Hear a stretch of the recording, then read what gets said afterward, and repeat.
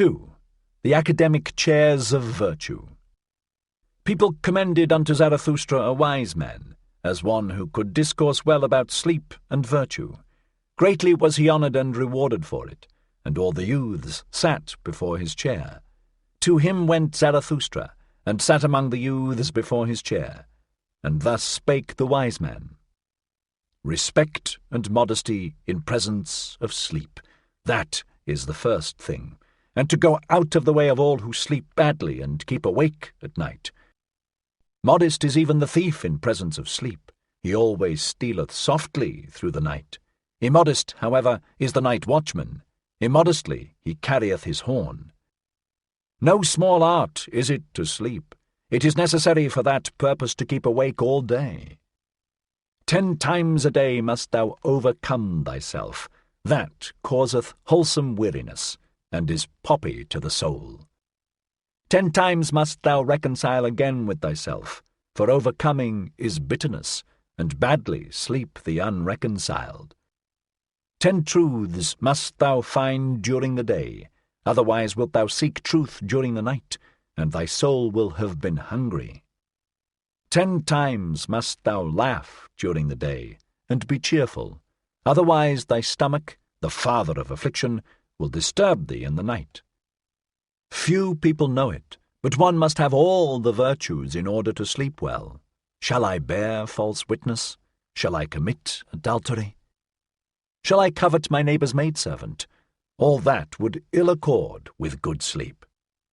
And even if one have all the virtues, there is still one thing needful, to send the virtues themselves to sleep at the right time, that they may not quarrel with one another, the good females. And about thee, thou unhappy one, peace with God and thy neighbour, so desireth good sleep, and peace also with thy neighbour's devil, otherwise it will haunt thee in the night. Honour to the government and obedience, and also to the crooked government, so desireth good sleep. How can I help it, if power like to walk on crooked legs? He who leadeth his sheep to the greenest pasture shall always be for me the best shepherd, so doth it accord with good sleep. Many honours I want not, nor great treasures, they excite the spleen. But it is bad sleeping without a good name and a little treasure. A small company is more welcome to me than a bad one, but they must come and go at the right time. So doth it accord with good sleep. Well also do the poor in spirit please me, they promote sleep. Blessed are they, especially if one always give in to them. Thus passeth the day unto the virtuous. When night cometh, then take I good care not to summon sleep. It disliketh to be summoned. Sleep, the lord of the virtues. But I think of what I have done and thought during the day. Thus ruminating, patient as a cow, I ask myself, what were thy 10 overcomings? And what were the 10 reconciliations, and the 10 truths, and the 10 laughters with which my heart enjoyed itself? Thus pondering and cradled by 40 thoughts, it overtaketh me all at once, sleep, the unsummoned, the lord of the virtues. Sleep tappeth on mine eye, and it turneth heavy. Sleep toucheth my mouth, and it remaineth open. Verily on soft souls doth it come to me, the dearest of thieves, and stealeth from me my thoughts. Stupid do I then stand, like this academic chair. But not much longer do I then stand. I already lie. When Zarathustra heard the wise man thus speak, he laughed in his heart, for thereby had a light dawned upon him, and thus spake he to his heart. A fool seemeth this wise man with his 40 thoughts, but I believe he knoweth well how to sleep. Happy even is he who liveth near this wise man. Such sleep is contagious, even through a thick wall it is contagious. A magic resideth even in his academic chair, and not in vain did the youth sit before the preacher of virtue. His wisdom is to keep awake in order to sleep well, and verily, if life had no sense, and had I to choose nonsense, this would be the desirablest nonsense for me also. Now know I well what people sought formerly above all else when they sought teachers of virtue. Good sleep they sought for themselves, and poppy-head virtues to promote it. To all those belauded sages of the academic chairs, wisdom was sleep without dreams. They knew no higher significance of life. Even at present, to be sure, there are some like this preacher of virtue, and not always so honourable, but their time is past, and not much longer do they stand. There they already lie. Blessed are those drowsy ones, for they shall soon nod to sleep. Thus spake Zarathustra. 3. Backworldsmen. Once on a time, Zarathustra also cast his fancy beyond man, like all backworldsmen. The work of a suffering and tortured god did the world then seem to me. The dream and diction of a god did the world then seem to me, coloured vapours before the eyes of a divinely dissatisfied one. Good and evil, and joy and woe, and I and thou, coloured vapours did they seem to me before creative eyes. The Creator wished to look away from himself. Thereupon he created the world. Intoxicating joy is it for the sufferer to look away from his suffering and forget himself. Intoxicating joy and self-forgetting did the world once seem to me. This world, the eternally imperfect, an eternal contradiction's image and imperfect image, an intoxicating joy to its imperfect creator, thus did the world once seem to me. Thus, once on a time, did I also cast my fancy beyond man, like all backworldsmen. Beyond man, forsooth? Ah, ye brethren, that God whom I created was human work and human madness, like all the gods. A man was he, and only a poor fragment of a man, and ego. Out of mine own ashes and glow it came unto me, that phantom, and verily it came not unto me from the beyond. What happened, my brethren? I surpassed myself, the suffering one. I carried mine own ashes to the mountain. A brighter flame I contrived for myself, and lo, thereupon the phantom withdrew from me. To me, the convalescent, would it now be suffering and torment to believe in such phantoms? Suffering would it now be to me, and humiliation. Thus speak I to backworldsmen. Suffering was it, and impotence, that created all backworlds, and the short madness of happiness, which only the greatest sufferer experienceth. Weariness, which seeketh to get to the ultimate with one leap, with a death leap, a poor ignorant weariness, unwilling even to will any longer, that created all gods and backworlds. Believe me, my brethren, it was the body which despaired of the body. It groped with the fingers of the infatuated spirit at the ultimate walls. Believe me, my brethren, it was the body which despaired of the earth. It heard the bowels of existence speaking unto it. And then it sought to get through the ultimate walls with its head, and not with its head only, into the other world. But that other world is well concealed from man, that dehumanized, inhuman world, which is a celestial naught, and the bowels of existence do not speak unto man except as man. Verily, it is difficult to prove all being, and hard to make it speak. Tell me, ye brethren, is not the strangest of all things best proved? Yea, this ego, with its contradiction and perplexity, speaketh most uprightly of its being, this creating, willing, evaluing ego, which is the measure and value of things.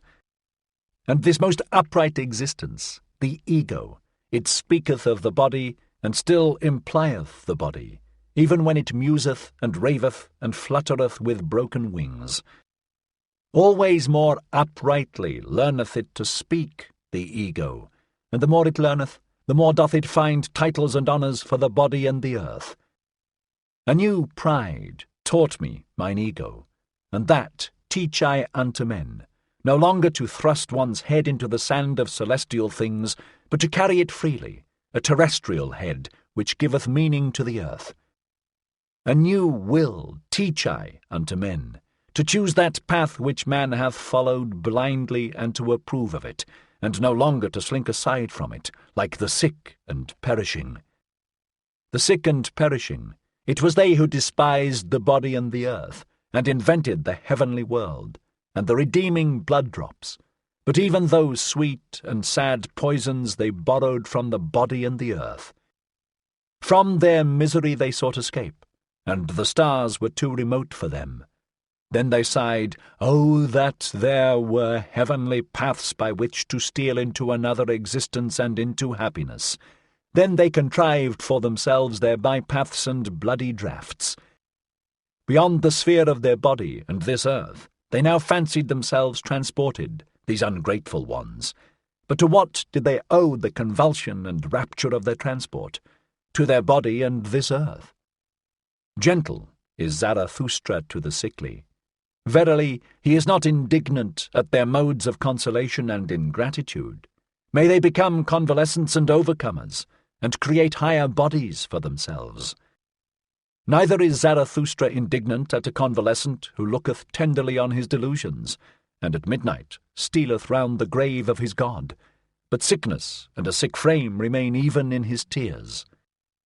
Many sickly ones have there always been among those who muse and languish for God. Violently they hate the discerning ones, and the latest of virtues, which is uprightness. Backward they always gaze toward dark ages. Then, indeed, were delusion and faith something different. Raving of the reason was likeness to God, and doubt was sin. Too well do I know those godlike ones. They insist on being believed in, and the doubt is sin. Too well also do I know what they themselves most believe in. Verily, not in back worlds and redeeming blood drops, but in the body do they also believe most, and their own body is for them the thing in itself. But it is a sickly thing to them, and gladly would they get out of their skin. Therefore hearken they to the preachers of death, and themselves preach back worlds. Hearken rather, my brethren, to the voice of the healthy body. It is a more upright and pure voice. More uprightly and purely speaketh the healthy body, perfect and square-built, and it speaketh of the meaning of the earth. Thus spake Zarathustra. 4. The despisers of the body. To the despisers of the body will I speak my word. I wish them neither to learn afresh nor teach anew, but only to bid farewell to their own bodies, and thus be dumb. Body am I and soul, so saith the child, and why should one not speak like children? But the awakened one, the knowing one, saith, Body am I entirely, and nothing more, and soul is only the name of something in the body. The body is a big sagacity, a plurality with one sense, a war and a peace, a flock and a shepherd. An instrument of thy body is also thy little sagacity, my brother, which thou callest spirit, a little instrument and plaything of thy big sagacity. Ego, sayest thou, and art proud of that word, but the greater thing, in which thou art unwilling to believe, is thy body with its big sagacity. It saith not ego, but doeth it. What the sense feeleth, what the spirit discerneth, hath never its end in itself. But sense and spirit would fain persuade thee that they are the end of all things. So vain are they. Instruments and playthings are sense and spirit. Behind them there is still the self. The self seeketh with the eyes of the senses. It hearkeneth also with the ears of the spirit. Ever hearkeneth the self, and seeketh. It compareth, mastereth, conquereth, and destroyeth. It ruleth, and is also the ego's ruler. Behind thy thoughts and feelings, my brother, there is a mighty lord, an unknown sage. It is called self. It dwelleth in thy body. It is thy body. There is more sagacity in thy body than in thy best wisdom. And who then knoweth why thy body requireth just thy best wisdom? Thyself laugheth at thine ego, and its proud prancings. What are these prancings and flights of thought unto me? It saith to itself, a byway to my purpose. I am the leading string of the ego and the prompter of its notions. The self saith unto the ego, feel pain, and thereupon it suffereth, and thinketh how it may put an end thereto, and for that very purpose it is meant to think. The self saith unto the ego, feel pleasure, thereupon it rejoiceth, and thinketh how it may oft times rejoice, and for that very purpose it is meant to think. To the despisers of the body will I speak a word. That they despise is caused by their esteem. What is it that created esteeming and despising and worth and will? The creating self created for itself esteeming and despising. It created for itself joy and woe. The creating body created for itself spirit, as a hand to its will. Even in your folly and despising ye each serve yourself, ye despisers of the body. I tell you, your very self wanteth to die, and turneth away from life. No longer can yourself do that which it desireth most, create beyond itself. That is what it desireth most. That is all its fervour. But it is now too late to do so. So yourself wisheth to succumb, ye despisers of the body. To succumb, so wisheth yourself, and therefore have ye become despisers of the body, for ye can no longer create beyond yourselves. And therefore are ye now angry with life, and with the earth, and unconscious envy is in the sidelong look of your contempt. I go not your way, ye despisers of the body, ye are no bridges for me to the Superman. Thus spake Zarathustra. 5. Joys and Passions. My brother, when thou hast a virtue, and it is thine own virtue, thou hast it in common with no one. To be sure, thou wouldst call it by name and caress it, thou wouldst pull its ears and amuse thyself with it. And lo, then hast thou its name in common with the people, and hast thou become one of the people, and the herd, with thy virtue. Better for thee to say, ineffable is it, and nameless, that which is pain and sweetness to my soul, and also the hunger of my bowels. Let thy virtue be too high for the familiarity of names, and if thou must speak of it, be not ashamed to stammer about it. Thus speak and stammer, that is my good, that do I love, thus doth it please me entirely, thus only do I desire the good. Not as the law of a god do I desire it, not as a human law or a human need do I desire it. It is not to be a guidepost for me to super-earths and paradises. An earthly virtue is it which I love. Little prudence is therein, and the least everyday wisdom. But that bird built its nest beside me, therefore I love and cherish it. Now sitteth it beside me on its golden eggs. Thus shouldst thou stammer and praise thy virtue.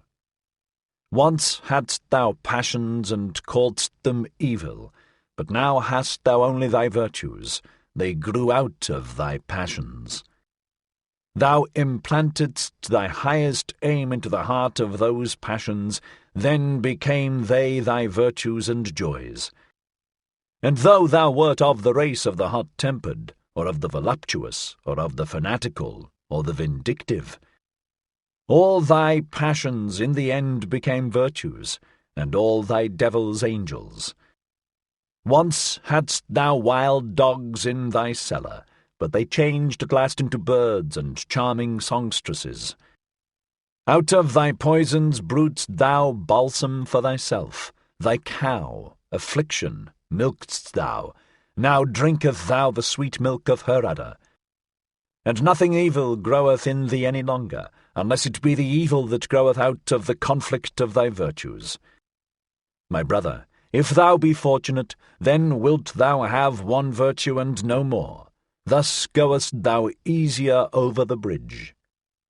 Illustrious is it to have many virtues, but a hard lot, and many a one hath gone into the wilderness and killed himself, because he was weary of being the battle and battlefield of virtues. My brother, are war and battle evil? Necessary, however, is the evil. Necessary are the envy and the distrust and the backbiting among the virtues. Lo, how each of thy virtues is covetous of the highest place. It wanteth thy whole spirit to be its herald. It wanteth thy whole power in wrath, hatred, and love. Jealous is every virtue of the others, and a dreadful thing is jealousy.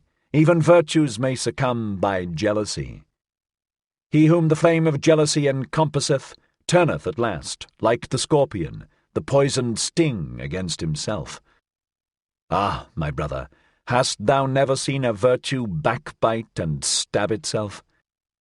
Man is something that hath to be surpassed, and therefore shalt thou love thy virtues, for thou wilt succumb by them. Thus spake Zarathustra. 6. The Pale Criminal. Ye do not mean to slay, ye judges and sacrificers, until the animal hath bowed its head. Lo, the pale criminal hath bowed his head. Out of his eye speaketh the great contempt. Mine ego is something which is to be surpassed. Mine ego is to me the great contempt of man. So speaketh it out of that eye. When he judged himself, that was his supreme moment. Let not the exalted one relapse again into his low estate. There is no salvation for him who thus suffereth from himself, unless it be speedy death. Your slaying, ye judges, shall be pity, and not revenge. And in that ye slay, see to it that ye yourselves justify life. It is not enough that ye should reconcile with him whom ye slay. Let your sorrow be love to the Superman. Thus will ye justify your own survival. Enemy shall ye say, but not villain. Invalid shall ye say, but not wretch. Fool shall ye say, but not sinner. And thou, red judge, if thou would say audibly all thou hast done in thought, then would every one cry, away with the nastiness and the virulent reptile. But one thing is the thought, another thing is the deed, and another thing is the idea of the deed. The wheel of causality doth not roll between them. An idea made this pale man pale. Adequate was he for his deed when he did it, but the idea of it he could not endure when it was done. Evermore did he now see himself as the doer of one deed. Madness, I call this. The exception reversed itself to the rule in him. The streak of chalk bewitcheth the hen. The stroke he struck bewitched his weak reason. Madness after the deed, I call this. Hearken, ye judges, there is another madness besides, and it is before the deed. Ah, ye have not gone deep enough into this soul. Thus speaketh the red judge. Why did this criminal commit murder? He meant to rob.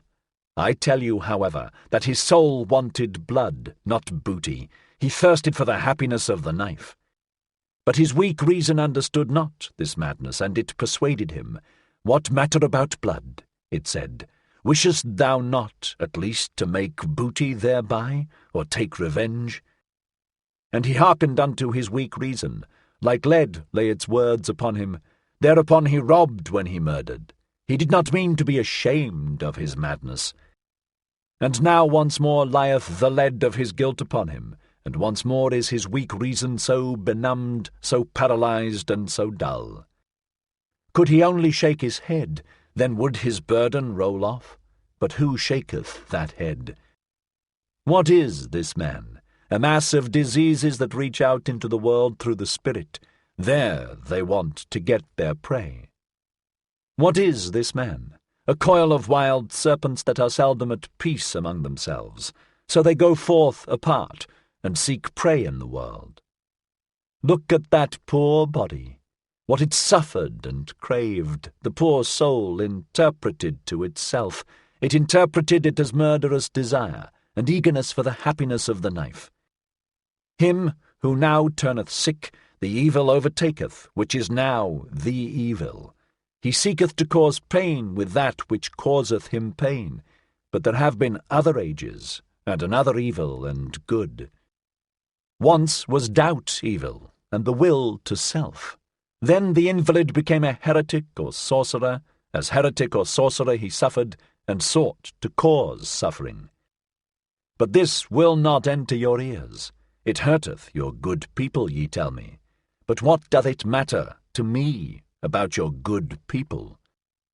Many things in your good people cause me disgust, and verily not their evil. I would that they had a madness by which they succumbed, like this pale criminal. Verily I would that their madness were called truth, or fidelity, or justice, but they have their virtue in order to live long, and in wretched self-complacency. I am a railing alongside the torrent. Whoever is able to grasp me may grasp me. Your crutch, however, I am not. Thus spake Zarathustra. 7. Reading and writing. Of all that is written, I love only what a person hath written with his blood. Write with blood, and thou wilt find that blood is spirit. It is no easy task to understand unfamiliar blood. I hate the reading idlers. He who knoweth the reader doeth nothing more for the reader. Another century of readers, and spirit itself will stink. Everyone being allowed to learn to read ruineth in the long run not only writing but also thinking. Once spirit was God, then it became man, and now it even becometh populace. He that writeth in blood and proverbs doth not want to be read, but learnt by heart. In the mountains the shortest way is from peak to peak, but for that route thou must have long legs. Proverbs should be peaks, and those spoken to should be big and tall. The atmosphere rare and pure, danger near, and the spirit full of a joyful wickedness. Thus are things well matched. I want to have goblins about me, for I am courageous. The courage which scareth away ghosts createth for itself goblins. It wanteth to laugh. I no longer feel in common with you. The very cloud which I see beneath me, the blackness and heaviness at which I laugh, this is your thundercloud. Ye look aloft when ye long for exaltation, and I look downward, because I am exalted. Who among you can at the same time laugh and be exalted? He who climbeth on the highest mountains laugheth at all tragic plays and tragic realities. Courageous, unconcerned, scornful, coercive, so wisdom wisheth us. She is a woman, and ever loveth only a warrior. Ye tell me, life is hard to bear. But for what purpose should ye have your pride in the morning and your resignation in the evening? Life is hard to bear, but do not affect to be so delicate. We are all of us fine sumpter asses and assesses. What have we in common with the rosebud, which trembleth because a drop of dew hath formed upon it? It is true we love life, not because we are wont to live, but because we are wont to love. There is always some madness in love, but there is always also some method in madness. And to me also, who appreciate life, the butterflies and soap bubbles and whatever is like them amongst us seem most to enjoy happiness. To see these light, foolish, pretty, lively little sprites flit about, that moveth Zarathustra to tears and songs. I should only believe in a God that would know how to dance. And when I saw my devil, I found him serious, thorough, profound, solemn. He was the spirit of gravity. Through him all things fall. Not by wrath, but by laughter do we slay. Come, let us slay the spirit of gravity. I learned to walk. Since then have I let myself run. I learned to fly. Since then I do not need pushing in order to move from a spot. Now am I light, now do I fly, now do I see myself under myself. Now there danceth a god in me. Thus spake Zarathustra. 8. The Tree on the Hill. Zarathustra's eye had perceived that a certain youth avoided him, and as he walked alone one evening over the hill surrounding the town called the Pied Cow, behold, there found he the youth sitting leaning against a tree, and gazing with wearied look into the valley. Zarathustra thereupon laid hold of the tree beside which the youth sat, and spake thus, If I wished to shake this tree with my hands, I should not be able to do so. But the wind, which we see not, troubleth and bendeth it as it listeth. We are sorest bent and troubled by invisible hands.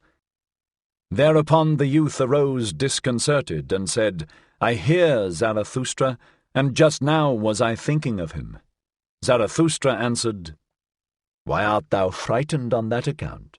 But it is the same with man as with the tree.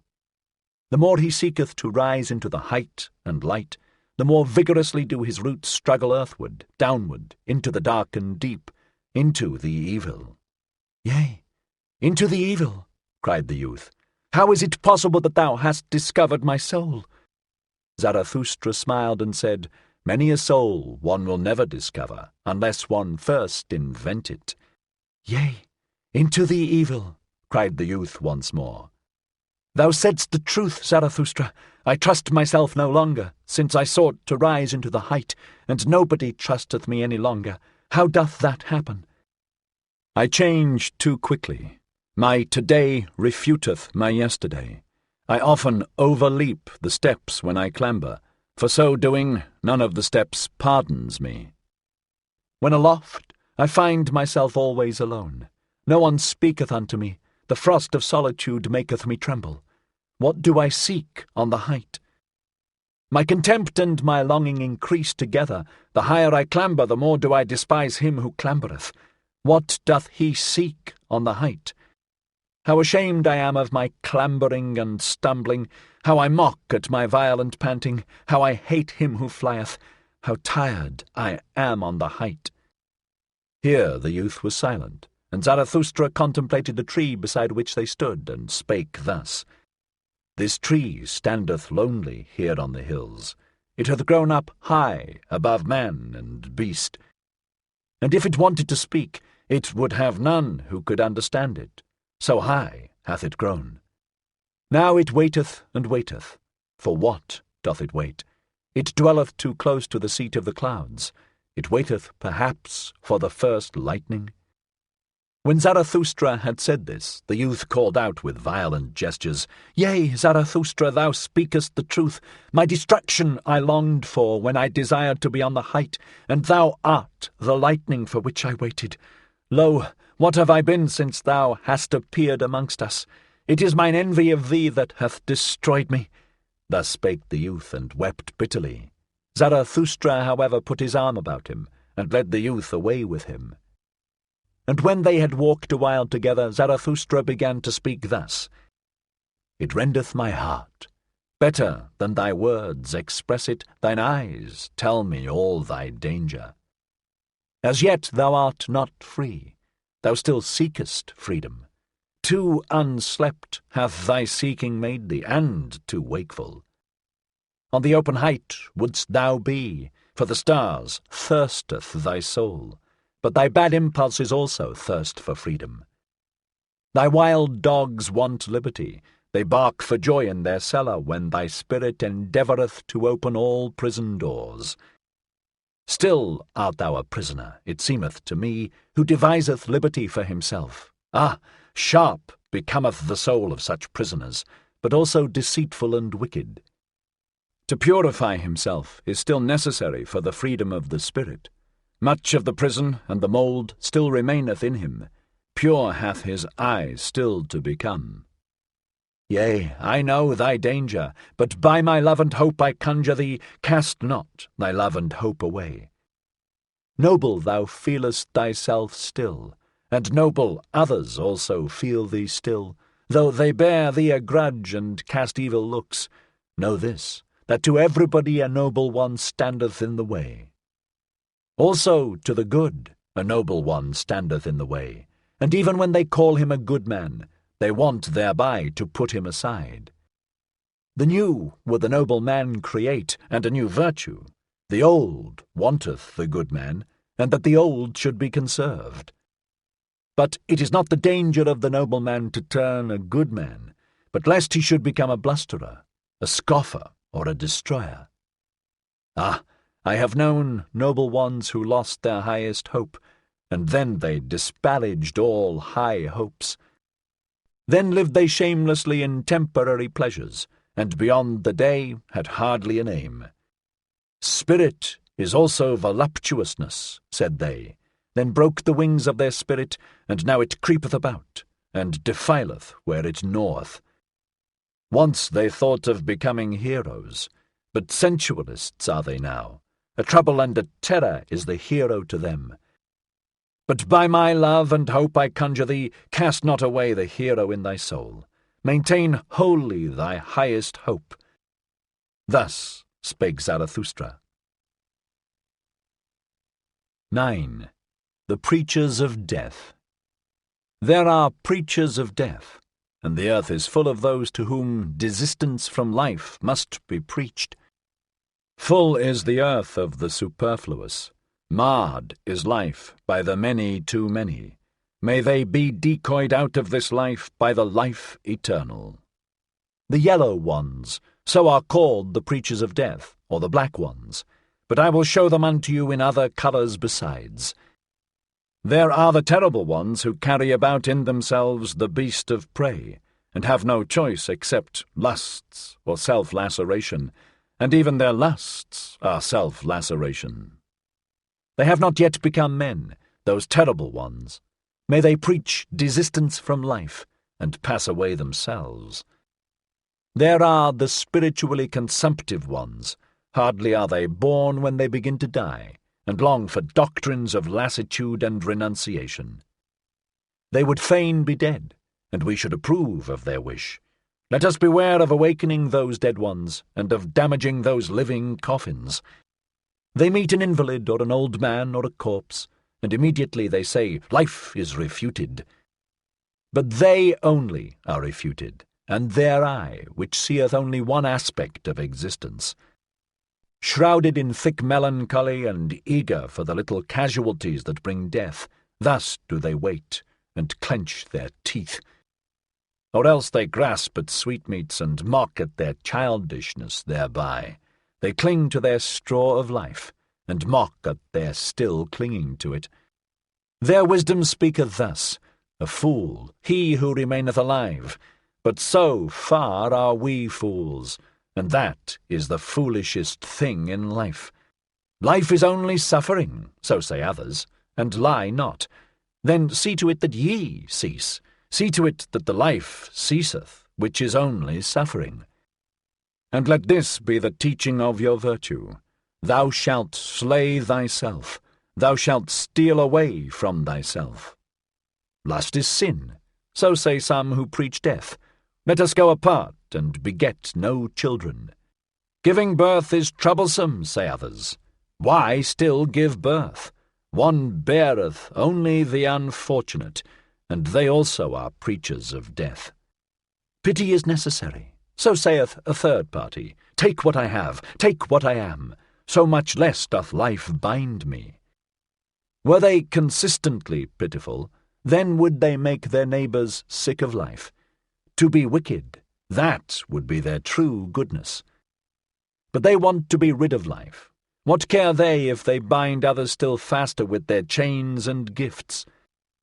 And ye also, to whom life is rough labour and disquiet, are ye not very tired of life?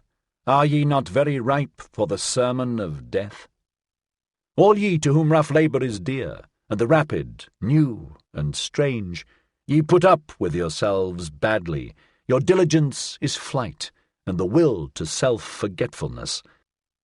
If ye believed more in life, then would ye devote yourselves less to the momentary. But for waiting ye have not enough of capacity in you, nor even for idling. Everywhere resoundeth the voices of those who preach death, and the earth is full of those to whom death hath to be preached, or life eternal. It is all the same to me, if only they pass away quickly. Thus spake Zarathustra. 10. War and Warriors.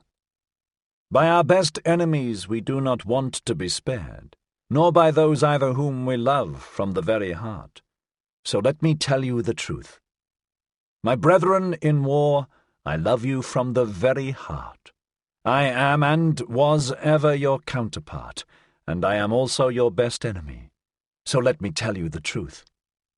I know the hatred and envy of your hearts. Ye are not great enough not to know of hatred and envy. Then be great enough not to be ashamed of them. And if ye cannot be saints of knowledge, then I pray you be at least its warriors. They are the companions and forerunners of such saintship. I see many soldiers. Could I but see many warriors? Uniform, one calleth what they wear. May it not be uniform what they therewith hide. Ye shall be those whose eyes ever seek for an enemy, for your enemy. And with some of you there is hatred at first sight. Your enemy shall ye seek, your war shall ye wage, and for the sake of your thoughts. And if your thoughts succumb, your uprightness shall still shout triumph thereby. Ye shall love peace as a means to new wars, and the short peace more than the long. You I advise not to work, but to fight. You I advise not to peace, but to victory. Let your work be a fight. Let your peace be a victory. One can only be silent and sit peacefully when one hath arrow and bow. Otherwise one prateth and quarrelleth. Let your peace be a victory. Ye say it is the good cause which halloweth even war. I say unto you, it is the good war which halloweth every cause. War and courage have done more great things than charity. Not your sympathy, but your bravery have hitherto saved the victims. What is good, ye ask? To be brave is good. Let the little girls say, to be good is what is pretty, and at the same time touching. They call you heartless, but your heart is true, and I love the bashfulness of your goodwill. Ye are ashamed of your flow, and others are ashamed of their ebb. Ye are ugly? Well then, my brethren, take the sublime about you, the mantle of the ugly. And when your soul becometh great, then doth it become haughty, and in your sublimity there is wickedness. I know you. In wickedness the haughty man and the weakling meet, but they misunderstand one another. I know you. Ye shall only have enemies to be hated, but not enemies to be despised. Ye must be proud of your enemies. Then the success of your enemies are also your successes. Resistance, that is the distinction of the slave. Let your distinction be obedience. Let your commanding itself be obeying. To the good warrior soundeth thou shalt pleasanter than I will, and all that is dear unto you ye shall first have it commanded unto you. Let your love to life be love to your highest hope, and let your highest hope be the highest thought of life. Your highest thought, however, ye shall have it commanded unto you by me, and it is this: man is something that is to be surpassed. So live your life of obedience and of war. What matter about long life? What warrior wisheth to be spared? I spare you not. I love you from my very heart, my brethren in war. Thus spake Zarathustra. 11. The New Idol. Somewhere there are still peoples and herds, but not with us, my brethren. Here there are states. A state? What is that? Well, open now your ears unto me, for now will I say unto you my word concerning the death of peoples. A state is called the coldest of all cold monsters. Coldly lieth it also, and this lie creepeth from its mouth. I, the state, am the people. It is a lie. Creators were they who created peoples, and hung a faith and a love over them. Thus they served life. Destroyers are they who lay snares for many, and call it the state. They hang a sword and 100 cravings over them. Where there is still a people, there the state is not understood, but hated as the evil eye, and as sin against laws and customs. This sign I give unto you. Every people speaketh its language of good and evil. This its neighbour understandeth not. Its language hath it devised for itself in laws and customs. But the state lieth in all languages of good and evil, and whatever it saith it lieth, and whatever it hath stolen. False is everything in it, with stolen teeth it biteth the biting one. False are even its bowels. Confusion of language of good and evil, this sign I give unto you as the sign of the state. Verily, the will to death indicateth this sign. Verily, it beckoneth unto the preachers of death. Many too many are born, for the superfluous ones was the state devised. See just how it enticeth them to it, the many too many, how it swalloweth and cheweth and re-cheweth them. On earth there is nothing greater than I. It is I who am the regulating finger of God. Thus roareth the monster.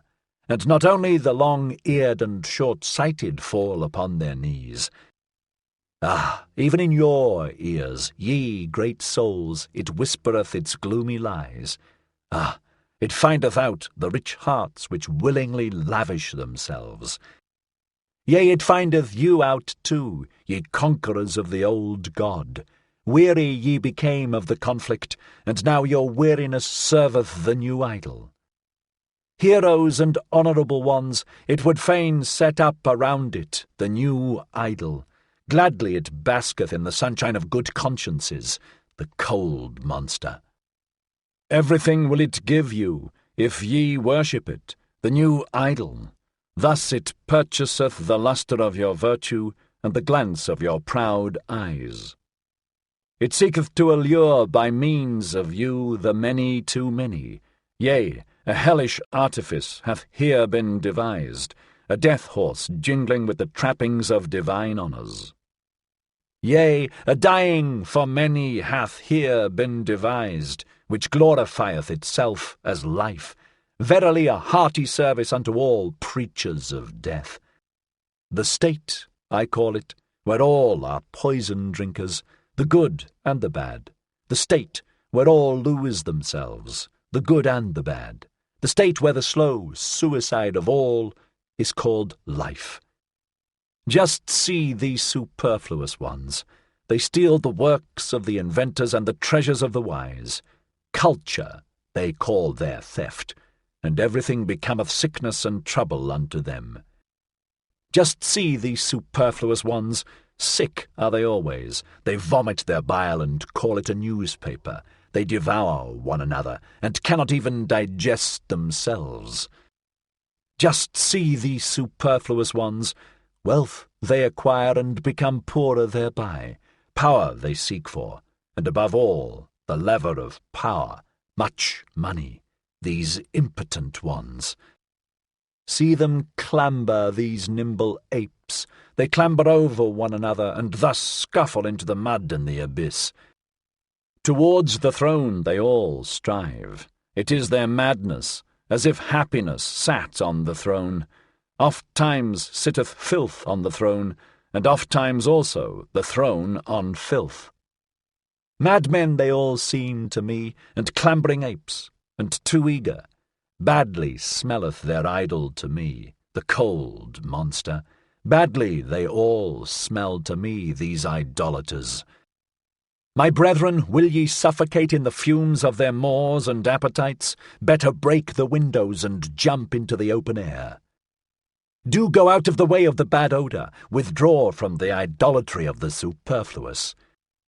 Do go out of the way of the bad odour. Withdraw from the steam of these human sacrifices. Open still remaineth the earth for great souls. Empty are still many sites for lone ones and twain ones, around which floateth the odour of tranquil seas. Open still remaineth a free life for great souls. Verily, he who possesseth little is so much the less possessed. Blessed be moderate poverty. There, where the state ceaseth, there only commenceth the man who is not superfluous. There commenceth the song of the necessary ones, the single and irreplaceable melody. There where the state ceaseth, pray look thither, my brethren. Do ye not see it, the rainbow and the bridges of the Superman? Thus spake Zarathustra. 12. The Flies in the Marketplace. Flee, my friend, into thy solitude. I see thee deafened with the noise of the great men, and stung all over with the stings of the little ones. Admirably do forest and rock know how to be silent with thee. Resemble again the tree which thou lovest, the broad-branched one. Silently and attentively it o'erhangeth the sea. Where solitude endeth, there beginneth the marketplace, and where the marketplace beginneth, there beginneth also the noise of the great actors, and the buzzing of the poison flies. In the world even the best things are worthless without those who represent them. Those representers the people call great men.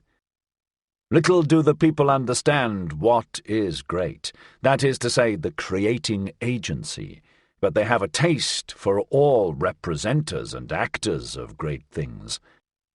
Around the devisers of new values revolveth the world. Invisibly it revolveth. But around the actors revolve the people and the glory. Such is the course of things. Spirit hath the actor, but little conscience of the spirit. He believeth always in that wherewith he maketh believe most strongly, in himself. Tomorrow he hath a new belief, and the day after one still newer. Sharp perceptions hath he, like the people, and changeable humours. To upset, that meaneth with him to prove. To drive mad, that meaneth with him to convince. And blood is counted by him as the best of all arguments. A truth which only glideth into fine ears he calleth falsehood and trumpery. Verily he believeth only in gods that make a great noise in the world. Full of clattering buffoons is the marketplace, and the people glory in their great men. These are for them the masters of the hour. But the hour presseth them, so they press thee, and also from thee they want yea or nay. Alas, thou wouldst set thy chair betwixt for and against.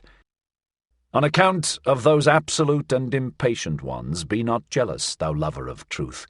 Never yet did truth cling to the arm of an absolute one. On account of those abrupt ones, return into thy security. Only in the marketplace is one assailed by yea or nay. Slow is the experience of all deep fountains.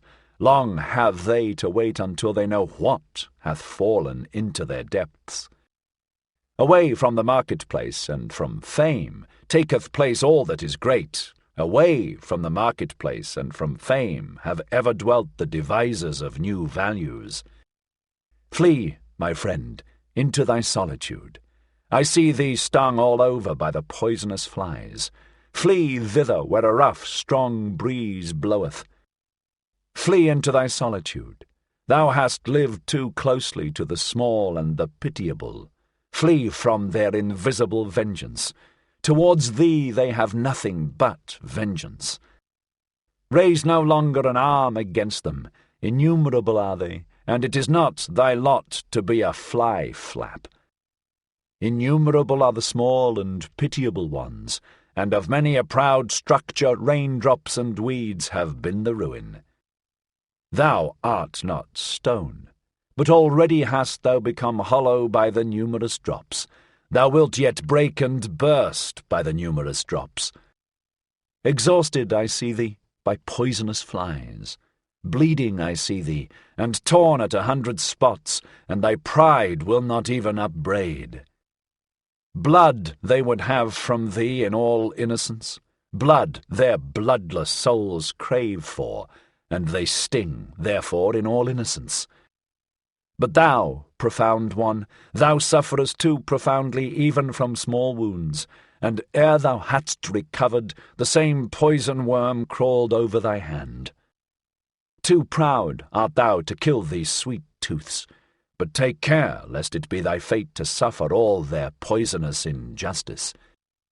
They buzz around thee also with their praise. Obtrusiveness is their praise. They want to be close to thy skin and thy blood. They flatter thee, as one flattereth a god or devil. They whimper before thee, as before a god or devil. What doth it come to? Flatterers are they, and whimperers, and nothing more. Often also do they show themselves to thee as amiable ones, but that hath ever been the prudence of the cowardly. Yea, the cowardly are wise. They think much about thee with their circumscribed souls. Thou art always suspected by them. Whatever is much thought about is at last thought suspicious. They punish thee for all thy virtues.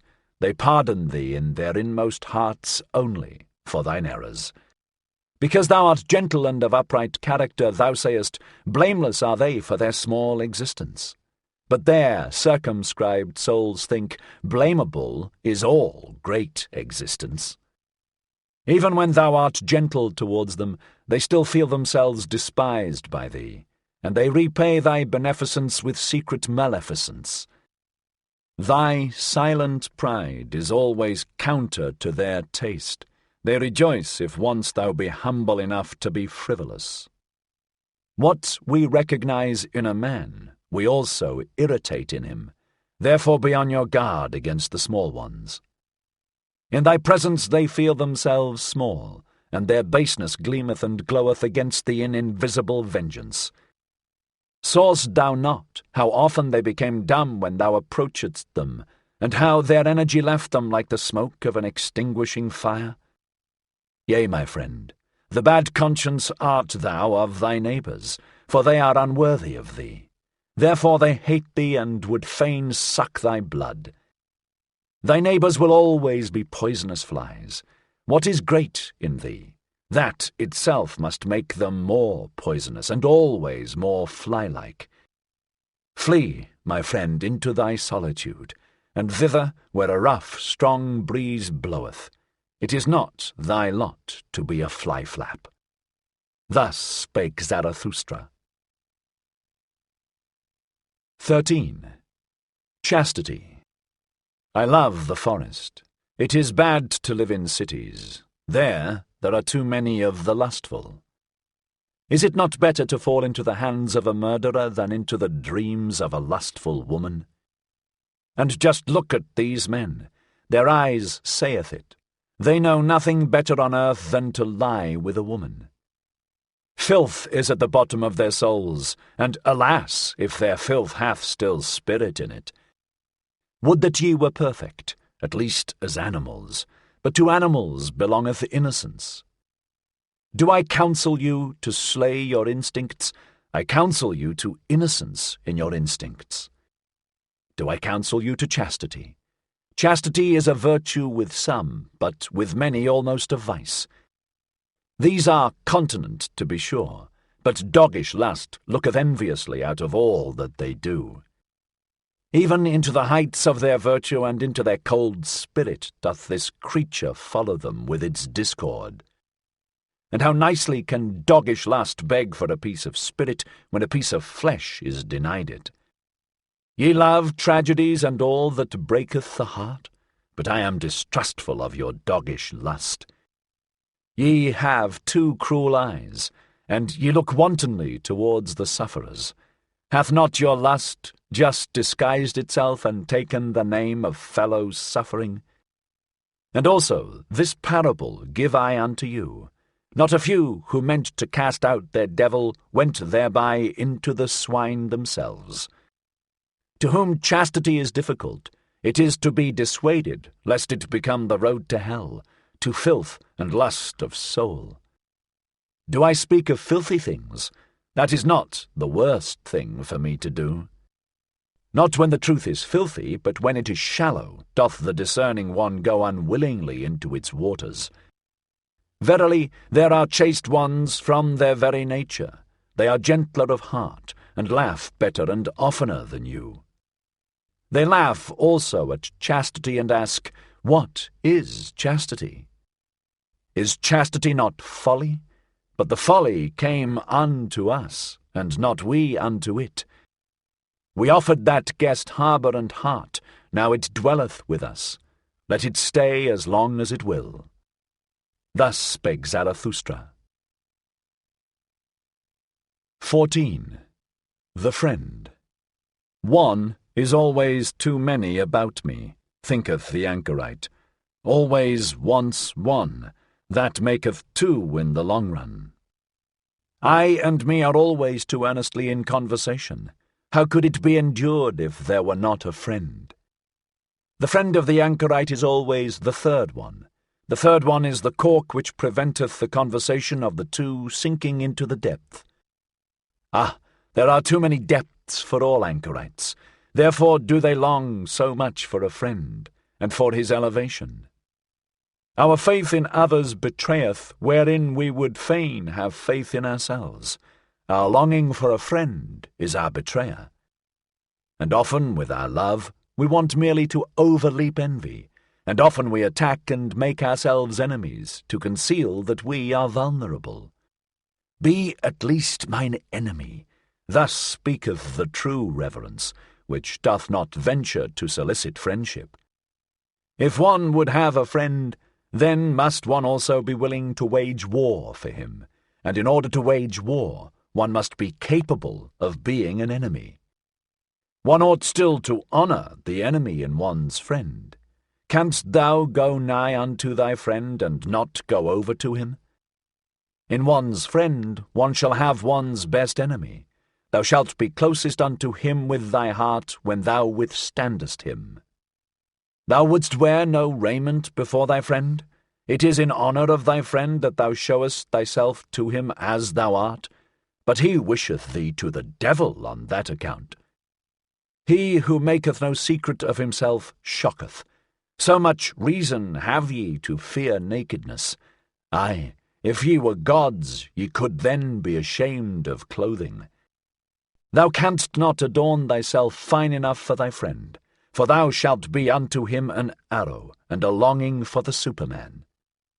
Sawest thou ever thy friend asleep, to know how he looketh?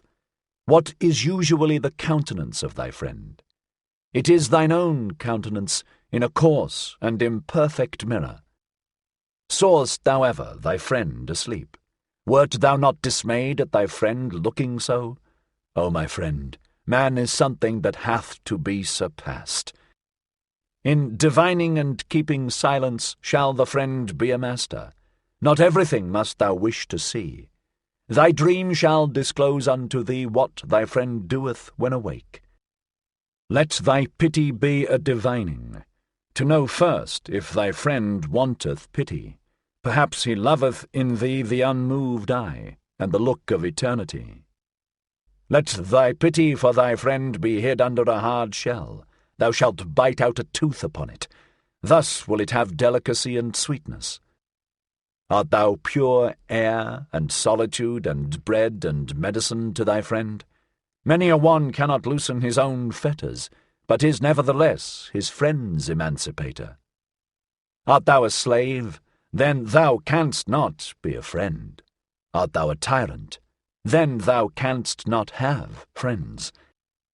Far too long hath there been a slave and a tyrant concealed in woman. On that account woman is not yet capable of friendship. She knoweth only love. In woman's love there is injustice and blindness to all she doth not love. And even in woman's conscious love there is still always surprise and lightning and night, along with the light. As yet woman is not capable of friendship. Women are still cats and birds, or at the best, cows. As yet woman is not capable of friendship.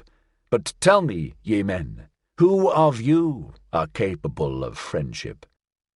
Oh, your poverty, ye men, and your sordidness of soul! As much as ye give to your friend will I give even to my foe, and will not have become poorer thereby. There is comradeship. May there be friendship. Thus spake Zarathustra. 15. The 1,001 Goals. Many lands saw Zarathustra, and many peoples. Thus he discovered the good and bad of many peoples. No greater power did Zarathustra find on earth than good and bad. No people could live without first valuing. If a people will maintain itself, however, it must not value as its neighbour valueth. Much that passed for good with one people was regarded with scorn and contempt by another. Thus I found it. Much found I here called bad, which was there decked with purple honours. Never did one neighbour understand the other. Ever did his soul marvel at his neighbour's delusion and wickedness. A table of excellencies hangeth over every people. Lo, it is the table of their triumphs. Lo, it is the voice of their will to power. It is laudable what they think hard. What is indispensable and hard they call good, and what relieveth in the direst distress, the unique and hardest of all, they extol as holy. Whatever maketh them rule and conquer and shine, to the dismay and envy of their neighbours, they regard as the high and foremost thing, the test and the meaning of all else. Verily, my brother, if thou knewest but a people's need, its land, its sky, and its neighbour, then wouldst thou divine the law of its surmountings, and why it climbeth up that ladder to its hope. Always shalt thou be the foremost and prominent above others. No one shall thy jealous soul love, except a friend. That made the soul of a Greek thrill. Thereby went he his way to greatness. To speak truth, and be skilful with bow and arrow, so seemed it alike pleasing and hard to the people from whom cometh my name, the name which is alike pleasing and hard to me. To honour father and mother, and from the root of the soul to do their will, this table of surmounting hung another people over them, and became powerful and permanent thereby. To have fidelity, and for the sake of fidelity to risk honour and blood, even in evil and dangerous courses. Teaching itself so, another people mastered itself, and thus mastering itself, became pregnant and heavy with great hopes. Verily, men have given unto themselves all their good and bad. Verily, they took it not, they found it not. It came not unto them as a voice from heaven. Values did man only assign to things in order to maintain himself. He created only the significance of things, a human significance. Therefore calleth he himself man, that is, the valuator. Valuing is creating. Hear it, ye creating ones. Valuation itself is the treasure and jewel of the valued things. Through valuation only is there value, and without valuation the nut of existence would be hollow. Hear it, ye creating ones. Change of values, that is, change of the creating ones. Always doth he destroy who hath to be a creator.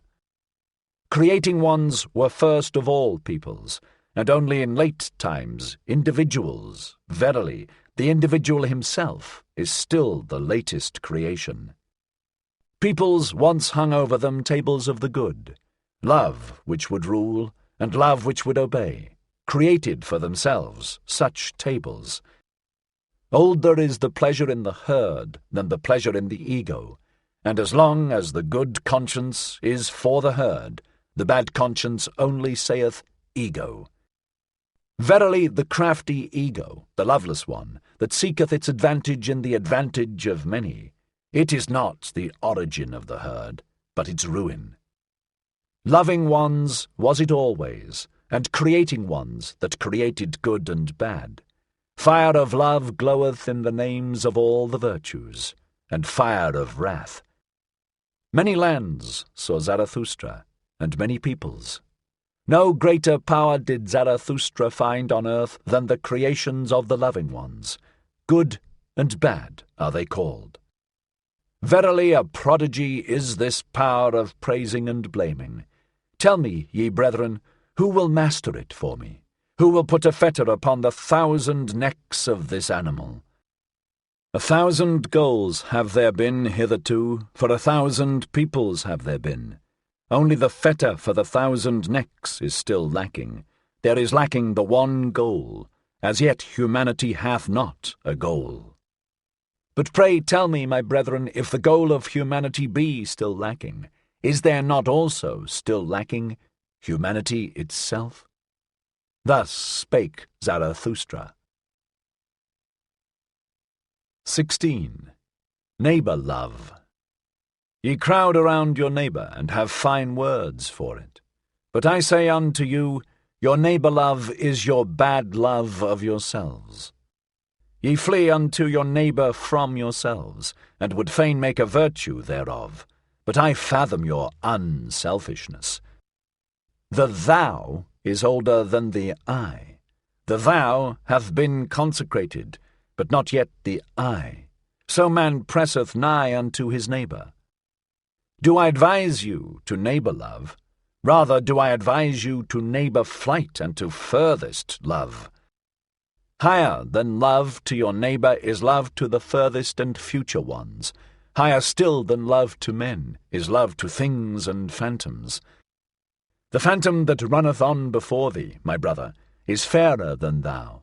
Why dost thou not give unto it thy flesh and thy bones? But thou fearest, and runnest unto thy neighbour.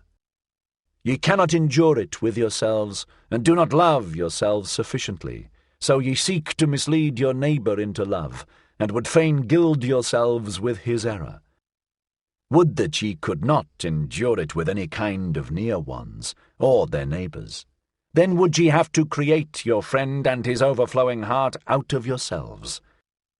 Ye call in a witness when ye want to speak well of yourselves, and when ye have misled him to think well of you, ye also think well of yourselves. Not only doth he lie who speaketh contrary to his knowledge, but more so he who speaketh contrary to his ignorance, and thus speak ye of yourselves in your intercourse, and belie your neighbour with yourselves. Thus saith the fool, association with men spoileth the character, especially when one hath none. The one goeth to his neighbour because he seeketh himself, and the other because he would fain lose himself. Your bad love to yourselves maketh solitude a prison to you. The furthest ones are they who pay for your love to the near ones, and when there are but 5 of you together, a 6th must always die. I love not your festivals either. Too many actors found I there, and even the spectators often behaved like actors. Not the neighbour do I teach you, but the friend. Let the friend be the festival of the earth to you, and a foretaste of the Superman. I teach you the friend and his overflowing heart, but one must know how to be a sponge if one would be loved by overflowing hearts. I teach you the friend in whom the world standeth complete, a capsule of the good, the creating friend, who hath always a complete world to bestow. And as the world unrolled itself for him, so rolleth it together again for him in rings, as the growth of good through evil, as the growth of purpose out of chance. Let the future and the furthest be the motive of thy today. In thy friend shalt thou love the Superman as thy motive. My brethren, I advise you not to neighbour love. I advise you to furthest love. Thus spake Zarathustra.